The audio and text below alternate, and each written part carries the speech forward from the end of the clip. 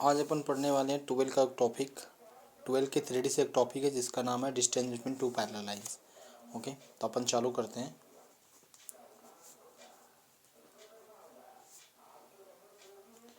Distance between two parallel lines. ठीक है, ये टॉपिक बहुत ही इंपॉर्टेंट एग्जाम की दृष्टि से है ना, इसके क्वेश्चन अक्सर पूछे जाते हैं। तो अपन बात कर रहे हैं distance between two parallel lines. तो अपन क्या करते हैं, सबसे पहले दो पैरेलल लाइंस ले लेते हैं। ठीक है, तो मैंने क्या किया, दो पैरेलल लाइंस ले लिया। ओके, अपन इस लाइन का जो नाम है, इस लाइन का नाम रख लेते हैं r vector equal to such that, है ना, ए वेक्टर प्लस में लेमडा सी वेक्टर। और इस वेक्टर का नाम रख लेते हैं, अपन नाम चेंज कर लेते हैं, इसका अपन नाम रखते हैं जानबूझ के बी वेक्टर। ठीक है, और इसका नाम रखते हैं ए वेक्टर प्लस में लेमडा सी वेक्टर। देखो, जैसे कि आपको पता है, अगर आप पढ़े हैं तो इसमें ये अपने आप में फिक्स पॉइंट होते हैं, ये भी फिक्स पॉइंट होते हैं। और ये कौन होते हैं, ये डी आर, ये भी डी आर।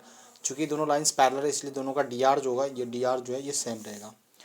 क्योंकि दोनों लाइंस पैरेलल है इसलिए डी आर क्या रहेगा, सेम। अच्छा सर, ये कौन है, ये फिक्स पॉइंट। ये कहाँ फिक्स पॉइंट, अच्छा ये कहाँ होगा, ये लाइन पे हो।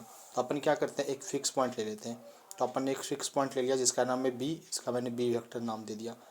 अच्छा, इसमें भी एक फिक्स पॉइंट है जिसका नाम है ए, अपन एक फिक्स पॉइंट ले लेते हैं। ऐसा कोई जरूरी नहीं कि फिक्स पॉइंट आमने सामने हो, वो लाइंस पे कहीं भी पॉसिबल है। तो हमने एक फिक्स पॉइंट ले लिया।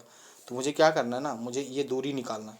तो अपन को ये दूरी कुछ देर के लिए पी मान लेते हैं, मतलब मेरे को ये दूरी निकालना है। तो अब क्या करते हैं, सबसे पहले हम इसको मिलाते हैं, मिला दिया। अच्छा, फिर इसको भी मिलाते हैं। और अपन को क्या चाहिए, अपन को यही दूरी पी चाहिए, अपन को ये पी निकालना है। ये दूरी जो है यही दूरी पी है। अच्छा, ये 90 डिग्री हो गया। ठीक है, अच्छा ये जो डायरेक्शन इस लाइन का देगा वो डी आर देगा, और उसका डी आर कौन है, सी वेक्टर। तो सी वेक्टर इसका डायरेक्शन देगा। मैं एक एंगल भी लेता हूँ, इस एंगल का नाम है थीटा, और इसको यूँ मिला देता हूँ।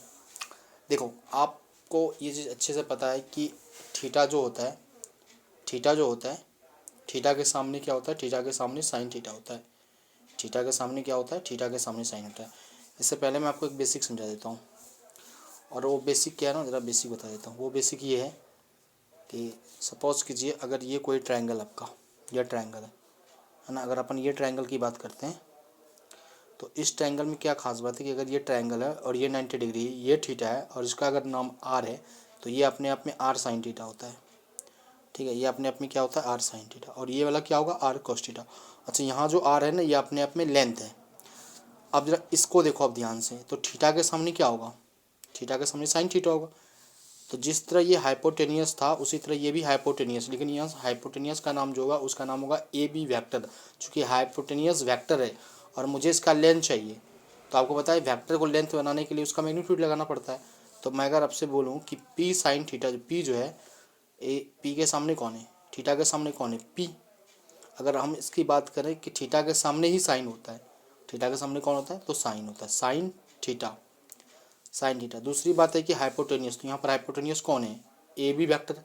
लेकिन ये तो वेक्टर है ना, तो वेक्टर के लिए मुझे इसको क्या बनाना पड़ेगा, मैग्नीट्यूड डालना पड़ेगा। तो अपन क्या डाल देंगे, ए बी का मैग्नीट्यूड। ठीक है, तो ये बात हो गया, यानी पी का ये पी निकल गया। लेकिन अभी हम ये भी जानते हैं कि एक फार्मूला हमने साइन थीटा भी पढ़ रखा है।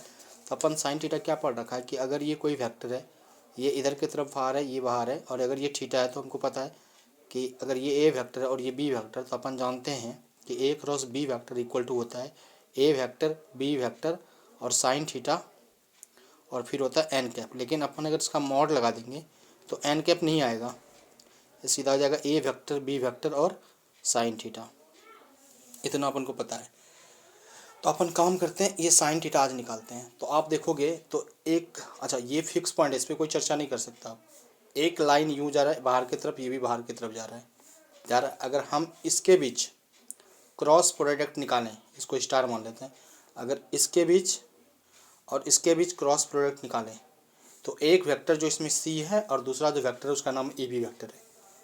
तो अपन अगर ऐसा निकालें c cross a b vector और उस पर मॉड लगा दे, तो क्या निकलेगा, mod c mod a b, और एक निकलेगा अपना का साइन थीटा, ये निकल जाएगा साइन थीटा।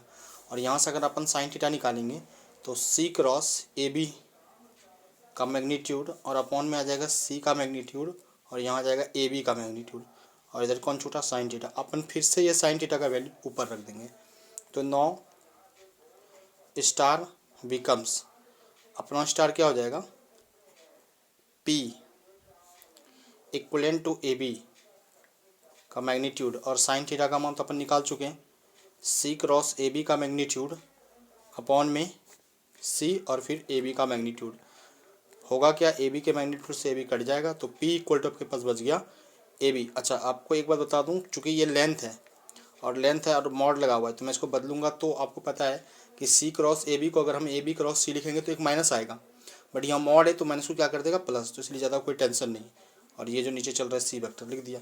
अच्छा आप ये जानते हैं कि AB वेक्टर को हम जब चाहें B माइनस A वेक्टर, क्योंकि आपको पता है AB वेक्टर को हम कैसे निकालते थे, position vector B minus A करके, तो B वेक्टर का मान कौन है, B का नाम क्या है यहाँ पे, B वेक्टर, B का पोजीशन B वेक्टर है, और A का A वेक्टर A, अब A देखो ना, A का पोजीशन A वेक्टर है, तो B माइनस A, और क्रॉस में क्या हो जाएगा, क्रॉस में C अपॉन में क्या हो जाएगा, मॉड C।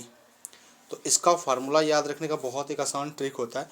जैसे आपको पता है B कौन है, B इस लाइन का फिक्स पॉइंट है, और A कौन है, A इस लाइन का फिक्स पॉइंट है, तो fix point minus fix point cross DR चूँकि दोनों का DR सेम है, क्योंकि दोनों पैरेलल लाइन है, तो DR C है ना। तो इसका याद रखने का एक शॉर्ट ट्रिक है कि आप अगर ऐसे नहीं याद रख सकते तो आप याद रख लो fix point minus fix point, ठीक है, और क्रॉस में कौन आएगा, DR, और नीचे क्या आएगा, DR का मैग्नीट्यूड। ये हो गया distance between two parallel lines.